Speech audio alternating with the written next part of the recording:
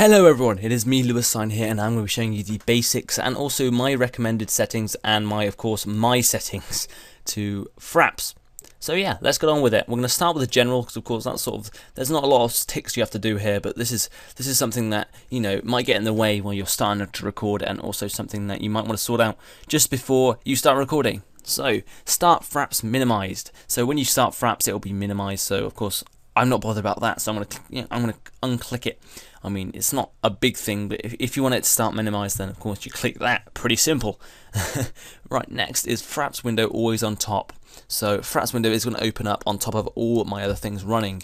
Of course, that could get in the way occasionally, but of course you don't want to lose it when some things can happen when you're recording, or stuff like that. So anyway, right. The next thing is run Fraps when window starts. So this is basically this could clog up with a lot of the other things that you open. So when you start Windows or start your machine, it could not necessarily mess up, but it could get in the way of some of the other starting up programs, and it will just also clog up your starting system. So you'll start up and there'll be a lot of things that will be running when you're trying to get going, trying to get working. But anyway, the next thing are these things here. You don't need to minimize get confused because it's there. You don't need to worry about these things. They don't really matter as much. But anyway, let's get back to the FPS. So this is going to be basically, it's going to show you the FPS in like the top left, top right, bottom left, bottom right corner, and you can of course hide it, which I've done, or you can have an overlay hotkey, which will of course toggle it almost. So toggle it on and toggle it off. But I'm just going to hide it because I don't like having my frame rate in the corners, because I think it gets in the way, and also it's rather annoying. But anyway, so that is just to get rid of the FPS, which it should start up in the corners, but that's how to get rid of it. Of course, if you don't like it, but if you do, then just untoggle it. Well, not untoggle it, but click here. I thought you could, but it's not. And just click where you want it, so you can choose between here.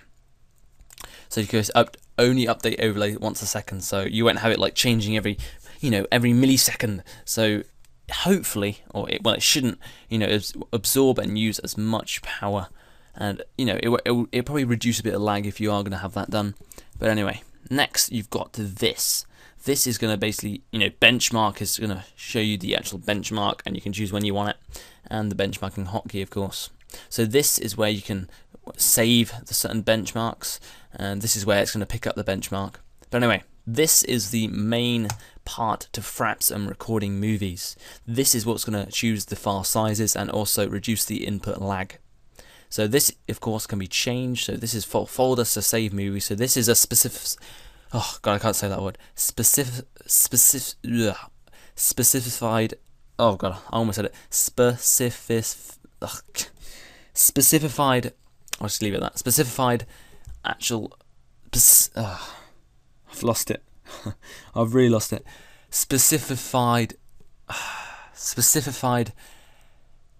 folder. Right. Specified folder. No, that's enough.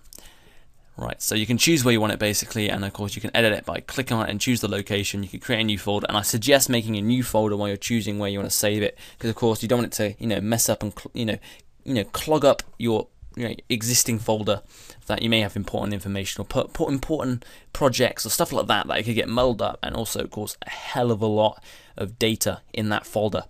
And of course it also runs a lot smoother if you have space. Anyway, next you have your video capture hotkey, which is F10. So this is the button that you're going to toggle and where you're going to click when you want it to start recording. Okay, so I've got F10 just because it's one of the keys that I use for my, generally as just my recording programs. So I click F10 to start and stop the whole recording. Okay, next we have got the video capture settings. So this is gonna, vary the sizes of the files when they're created, and also vary the whole input lag and stuff like that. So of course, these files are absolutely ridiculously large. They're like 1 GB, 2 GB. They are massive. So you probably, if you don't have a lot of space on the computer, I mean, if you do, that's not a problem. You probably want to have it 60 FPS and full size, because that will, even if they're big, but they're going to be brilliant quality. So if you don't have a lot of space and you want to lower this down, so I suggest 30, just because it's still good quality, but they're not as big. They're sort of half the size, so that's not as bad as the 60, because they are absolutely massive.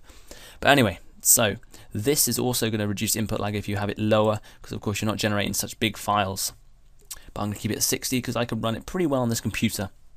And you can make your own certain time by modifying that. This is also the loop buffer length, so you can change that as well.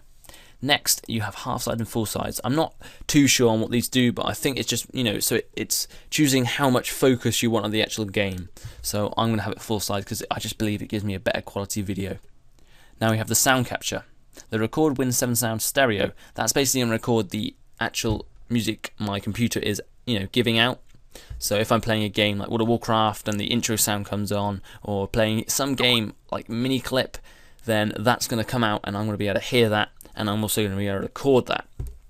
Okay, so next is the record external input. So this is going to be the input, which is my microphone Turtle Beach, of course, which is what I'm talking into now to actually get the sound. So you can change that by clicking on it and then toggling to the one that you want. That's put into your computer.